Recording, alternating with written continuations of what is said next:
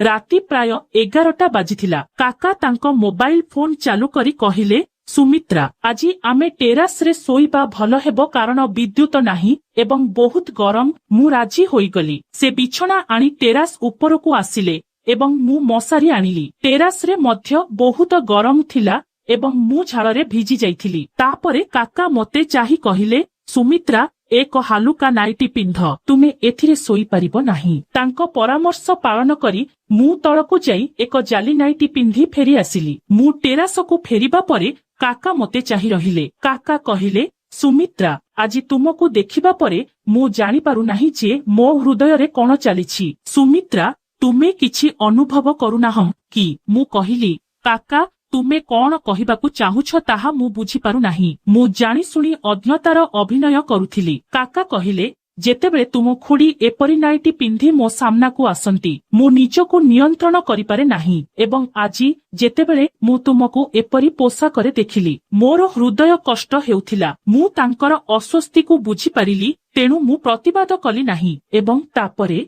सारा राति। नमस्कार बंधुगण, आजिर रोमांचकर कहानी को स्वागत।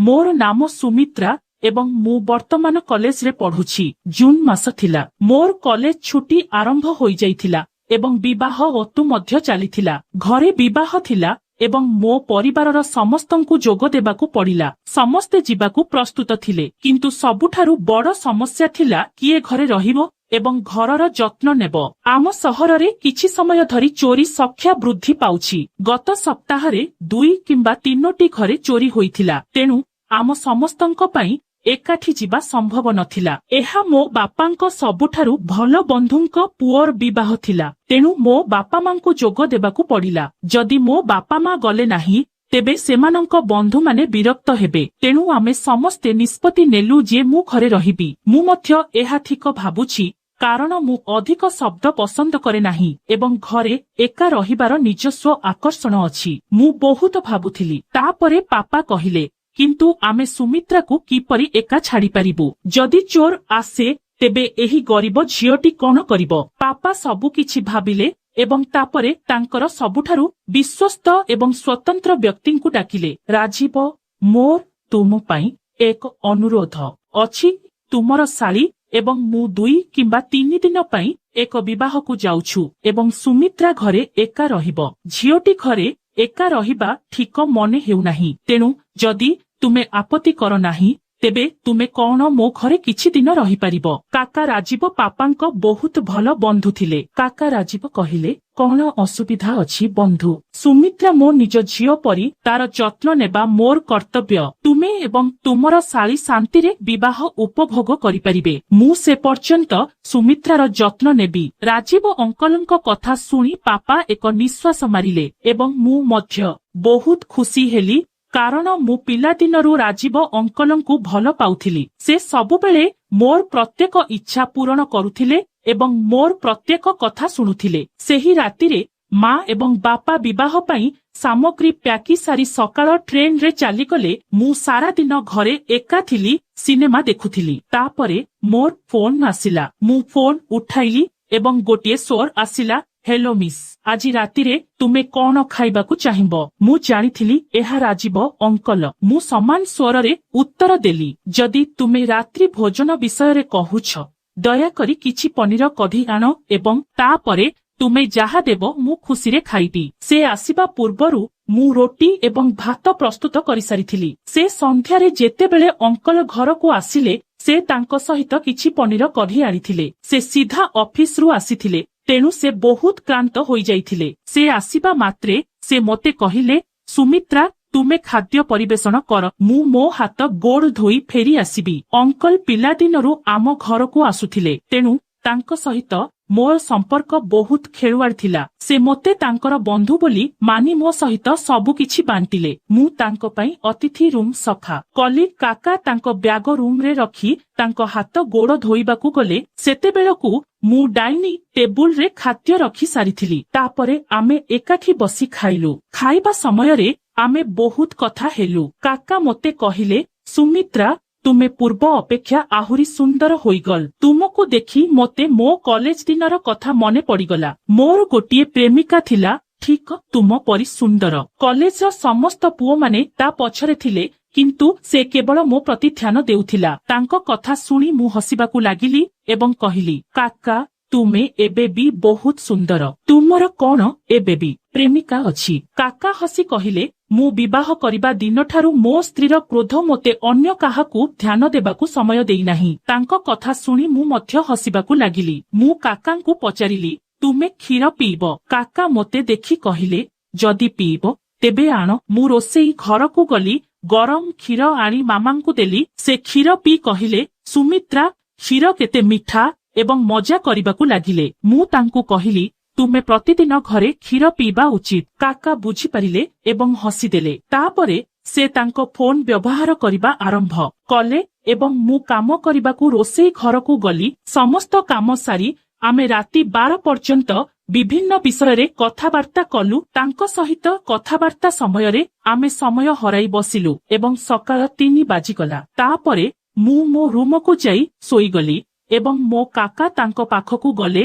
ସକାଳେ ମୁଁ ଶୀଘ୍ର ଉଠି ତାଙ୍କ ପାଇଁ ଜଳଖିଆ ପ୍ରସ୍ତୁତ କରିବାକୁ ଲାଗିଲି, କିନ୍ତୁ ମୁଁ ଦେଖିଲି ଯେ ସେ ଏପର୍ଯ୍ୟନ୍ତ ଉଠି ନାହାନ୍ତି। ମୁଁ ତାଙ୍କୁ ଅନେକ ଥର ଡାକିଲି, କାକା, ଆପଣ ଡେରି କରୁଛନ୍ତି, ଦୟାକରି ଉଠନ୍ତୁ। କିନ୍ତୁ ହୁଏତ ତାଙ୍କୁ ରାତିରେ ଡେରି ଶୋଇବାକୁ ପଡ଼ିଥାନ୍ତା। ସେ ଗଭୀର ନିଦରେ ଶୋଇଥିବାରୁ ସେ ମୋତେ ଶୁଣି ପାରିଲେ ନାହିଁ। ମୁଁ ଚୁପଚାପ ତାଙ୍କ ରୁମ୍ ଭିତରକୁ ଯାଇ ତାଙ୍କୁ ଉଠାଇବାକୁ ଚେଷ୍ଟା କଲି। ଅନେକ ଚେଷ୍ଟା ପରେ ମଧ୍ୟ ଯେତେବେଳେ ସେ ଉଠିଲେ ନାହିଁ, ମୁଁ ତାଙ୍କ କମ୍ବଳ ଟାଣି ଆଣିଲି ଏବଂ ହଠାତ୍ ମୋର ନଜର ଏପରି କିଛି ଉପରେ ପଡ଼ିଲା ଯାହା ମୋତେ ବହୁତ ଲଜ୍ଜିତ କଲା। ମୁଁ କିଛି ସମୟ ପାଇଁ ଚାହିଁ ରହିଲି। ତାପରେ କାକା ଉଠିଗଲେ। ସେ କହିଲେ, ହେ ସୁମିତ୍ରା, କଣ ହୋଇଛି? ମୁଁ କହିଲି, କାକା, ଉଠ, ତୁମେ ଅଫିସ ପାଇଁ ଡେରି ହେବ। ସେ ତାଙ୍କ ଫୋନ ଉଠାଇ କହିଲେ, ହେ ଭଗବାନ, ଆଜି ପ୍ରକୃତରେ ଡେରି ହୋଇଗଲା। ମୁଁ କାକାଙ୍କୁ ଶୀଘ୍ର ଗାଧୋଇବାକୁ କହିଲି। ନାସ୍ତା ପ୍ରସ୍ତୁତ ହୋଇସାରିଛି।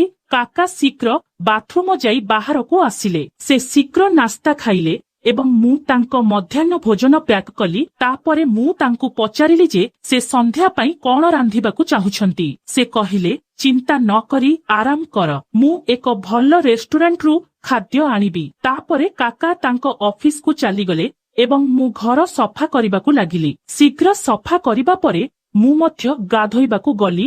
ଗାଧୋଇବା ପରେ ମୁଁ ପୁଣି ପ୍ରସ୍ତୁତ ହୋଇଗଲି।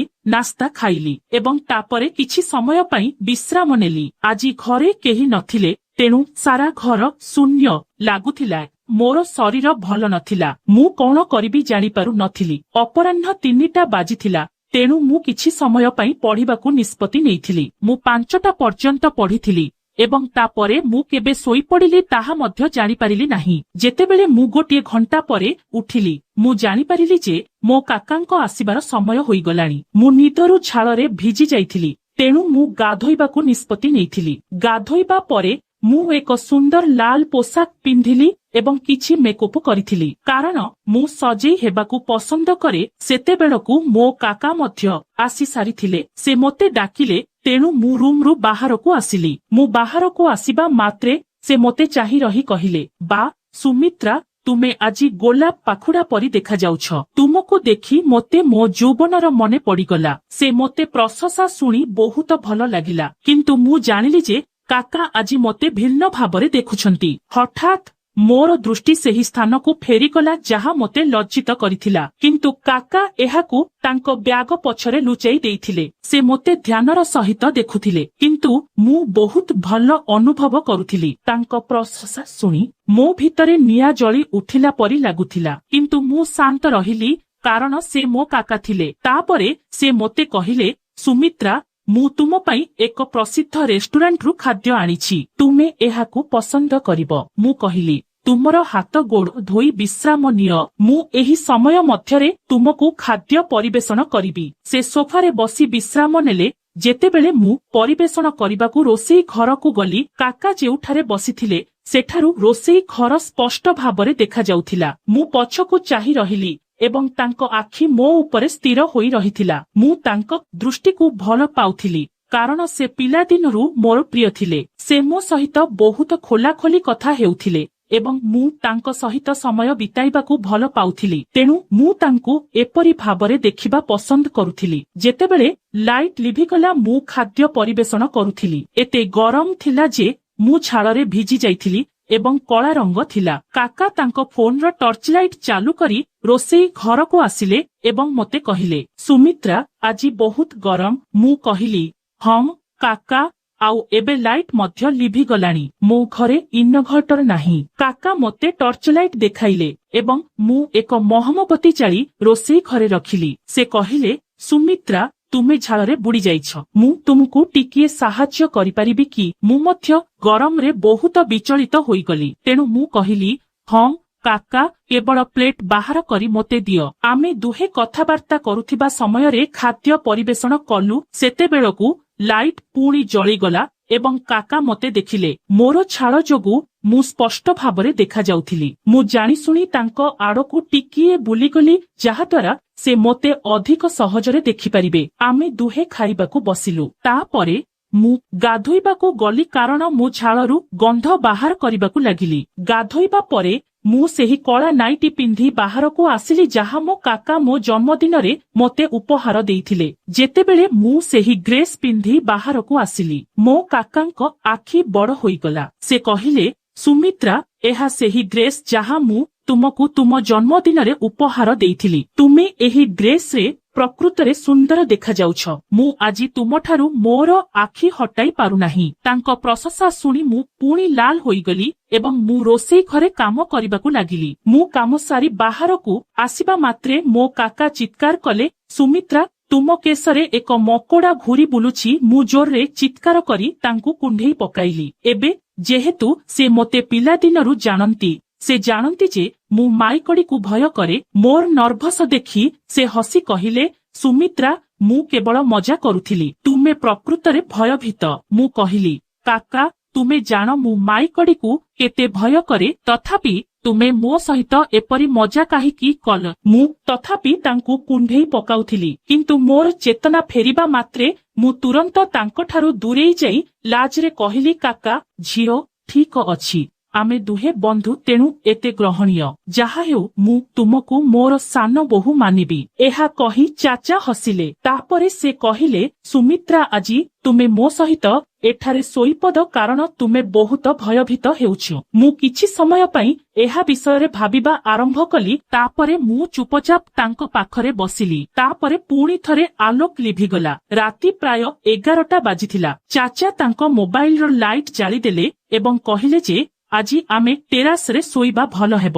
ମୁଁ ରାଜି ହୋଇଗଲି। ସେ ଟେରାସକୁ ବିଛଣା ଆଣିଲେ ଏବଂ ମୁଁ ମଶାରୀ ଆଣିଲି। ଟେରାସରେ ବହୁତ ଗରମ ଥିଲା ଏବଂ ବିଦ୍ୟୁତ ଫେରି ଆସିନଥିଲା, ତେଣୁ ଆମ ପାଖରେ ଅନ୍ୟ କୌଣସି ବିକଳ୍ପ ନଥିଲା। କିଛି ସମୟ ଶୋଇବା ପରେ ମୁଁ ପୁଣି ଝାଳରେ ଭିଜିଗଲି। କାକା ମୋ ଆଡ଼କୁ ଚାହିଁ କହିଲେ, ସୁମିତ୍ରା ଏକ ହାଲୁକା ନାଇଟି ପିନ୍ଧ, ତୁମେ ଏଥିରେ ଶୋଇପାରିବ ନାହିଁ। ମୁଁ ମଧ୍ୟ ସମାନ କଥା ଭାବିଲି, କିନ୍ତୁ ମୁଁ ବହୁତ ଲଜ୍ଜିତ ହେଲି। ତାପରେ ମୁଁ ତଳକୁ ଯାଇ ଗାଧୋଇଲି ଏବଂ ଏକ ନେଟ୍ ନାଇଟି ପିନ୍ଧିଲି। ଯେତେବେଳେ ମୁଁ ଟେରାସକୁ ଫେରି ଆସିଲି, କାକା ମୋତେ ଚାହିଁ ରହିଲି। କାକା କହିଲେ, ଆଜି ତୁମକୁ ଦେଖିବା ପରେ ମୋ ହୃଦୟରେ କଣ ଚାଲିଛି ମୁଁ ଜାଣିନାହିଁ। ସୁମିତ୍ରା ତୁମେ କିଛି ଅନୁଭବ କରୁନାହଁ କି? ମୁଁ କହିଲି, କାକା ତୁମେ କଣ କହିବାକୁ ଚାହୁଁଛ ମୁଁ ବୁଝିପାରୁନାହିଁ। ମୁଁ ଜାଣିଶୁଣି ଅଜ୍ଞ ହେବାର ଅଭିନୟ କରୁଥିଲି। କାକା କହିଲେ, ଯେତେବେଳେ ତୁମର ଖୁଡି ଏପରି ନାଇଟି ପିନ୍ଧା ମୋ ସାମ୍ନାକୁ ଆସନ୍ତି, ମୁଁ ନିଜକୁ ନିୟନ୍ତ୍ରଣ କରିପାରେ ନାହିଁ ଏବଂ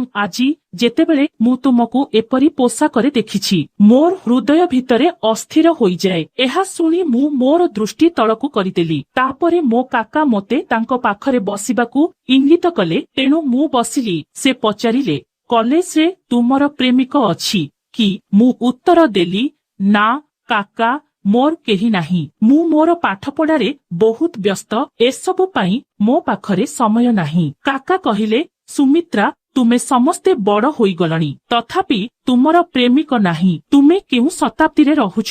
ଏହି ବୟସରେ ଝିଅମାନେ ପୋଷାକ ବଦଳାଇବା ପରି ପ୍ରେମିକ ବଦଳନ୍ତି ଏବଂ ତୁମେ ଏବେ ବି ପୁରୁଣା ଜୀବନ ବଞ୍ଚୁଛ।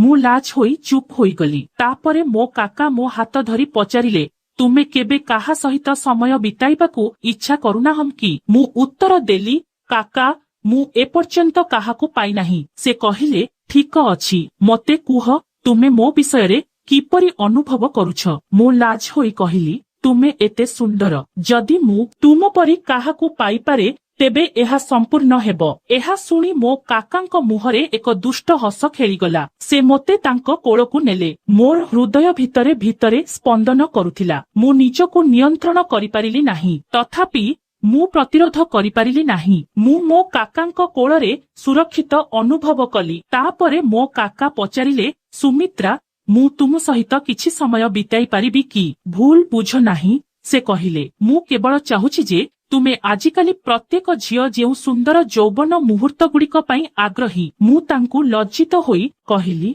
तुमे जहा ठीक भाबुछ। एहा सुनी से मोते सेही आनंद देबाकू लागिले जहा पई मु अपेक्षा करिथिली। मु तांको साहचर्य उपभोग करुथिली। किछि समय मध्यरे आमे दुहे आमर गंतव्य स्थलरे पहुंचिलु। किछि समय परे से मोते तांको कॉलेज दिनर कहानी कहिबाकू लागिले एवं सेही रातिरे आमे दुहे सोई पड़िलु। परदिन सकाळे मु उठिली। तांको आखिरे देखिबाकू बहुत लज्जित हेलु। काका कहिले सुमित्रा लज्जित हेबार किछि नाही। आम मध्यरे जहा घटिथिला ताहा आम उभयंक सम्मतिरे घटिथिला। जदि तुमे भविष्यतरे मो सहित समय बिताइबाकू चाहुछ तेबे तुमे मते फोन करिपारिबो किंबा कहिपारिबो। तापरे एहा एक चक्र थिला। धीरे धीरे समय बीतीगला एवं मो काकांक सहित मोर संपर्क बढ़िला। एहीपरि गोटिए वर्ष बीतीगला। तापरे गोटिए दिन मो माँ मते संदेह करिबाकू लागिले। माँ मते तांको पाखरे बसाई पचारिले सुमित्रा कौन हेउछि? मु मो माँ को कहिली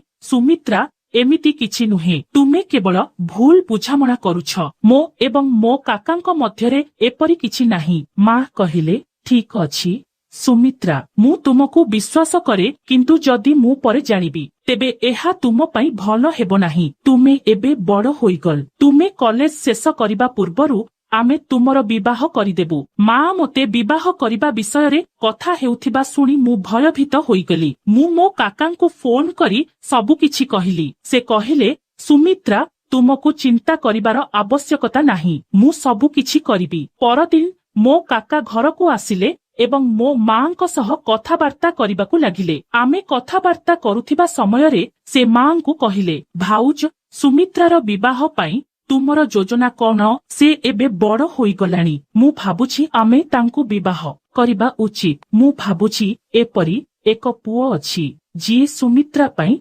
उपयुक्त हेबो। माँ पचारिले पुओटी किए? काका कहिले से मो बंधुंको पुओ। से ता बापा मांकर एकमात्र पुओ किंतु एबे तार एही दुनिया रे केही नाहंती। ता बापा माँ एक कार दुर्घटनारे मृत्युवरण करिसंती। से सेबेठारु एका रहुछंती। तार एक भल चाकिरी अछि एवं से भल। मो मांकर एही संपर्क रे कोनोसी आपत्ति नथिला कारण पुओटी निर्दोष थिला। काका चली जिबा परे मु ताकू रागी डाकी पचारिली तुमे एठाकू सबु किछि सजाड़िबाकू आसिछ ना? जहा ठीक अछि ताहा नष्ट करिबाकू? काका कहिले सुमित्रा मु तुमको चिंता करिबाकू कहिथिली। मु एहार जत्न नेबी। केवल मो उपरे विश्वास कर। मु तुम मां को जेउ पुओ विषय रे कहिथिली से बहुत सरल। जदि तुमे तांकू विवाह कर तेबे आम संपर्क रे कोनोसी बाधा रहिबो नाही। से आसीबे कारण से केबे तुमको संदेह करिबे नाही। एहा सुनी मु बहुत खुशी हेली। किछि दिन परे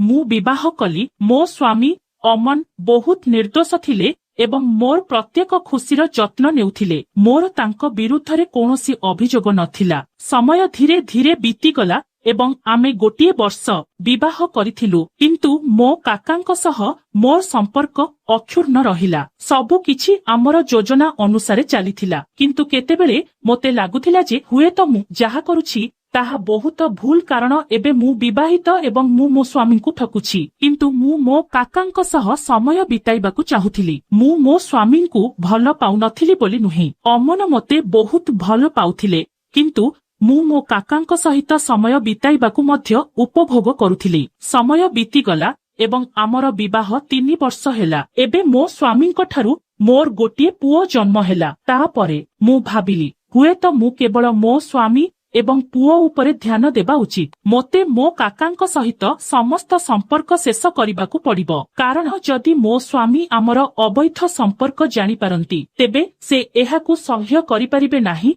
ଏବଂ ମୋର ସ୍ଥିର ପାରିବାରିକ ଜୀବନ ନଷ୍ଟ ହୋଇଯିବ। ସେହି ସନ୍ଧ୍ୟାରେ ମୁଁ ମୋ କାକାଙ୍କ ସହିତ କଥା ହୋଇ ତାଙ୍କୁ ସବୁକିଛି କହିଲି। ସେ ମୋର ନିଷ୍ପତ୍ତି ବୁଝିପାରିଲେ ଏବଂ ସମ୍ମାନ କଲେ। ବନ୍ଧୁଗଣ, ଆମେ ଦୁହେଁ ଜାଣିଥିଲୁ ଯେ ଆମର ସମ୍ପର୍କ ବହୁତ ଭୁଲ, କିନ୍ତୁ ଆମେ ଏହି ସମ୍ପର୍କରେ ଏତେ ଆଗକୁ ଯାଇଥିଲୁ ଯେ ପଛକୁ ଫେରିବା କଷ୍ଟକର ଥିଲା। ତଥାପି ଆମେ ଚେଷ୍ଟା କରି ଏହାକୁ ଶେଷ କରିଦେଲୁ। ଯେତେବେଳେ ମୁଁ ଏକା ବସିଥାଏ, ମୁଁ ଭାବୁଛି ଏସବୁ କାହିଁକି ଆବଶ୍ୟକ ଥିଲା। ମୋ କାକା ଯେଉଁଦିନ ପ୍ରଥମେ ନିକଟତର ହେବାକୁ ଚେଷ୍ଟା କରିଥିଲେ, ମୁଁ କାହିଁକି ନିଜକୁ ରୋକିନଥିଲି। କିନ୍ତୁ ଯାହା ହେଲା ତାହା ହେଲା। ଏବେ ମୁଁ ମୋ ପରିବାରରେ ଖୁସି ଅଛି ଏବଂ ମୋତେ ଆଉ ସେହି ଦ୍ୱୈତ ଜୀବନ ବଞ୍ଚିବାକୁ ପଡ଼ିବ ନାହିଁ। ଦୟାକରି ମନ୍ତବ୍ୟରେ ଏହି କାହାଣୀ ଆପଣଙ୍କୁ କିପରି ଲାଗିଲା ଜଣାନ୍ତୁ। ଧନ୍ୟବାଦର ନମସ୍କାର।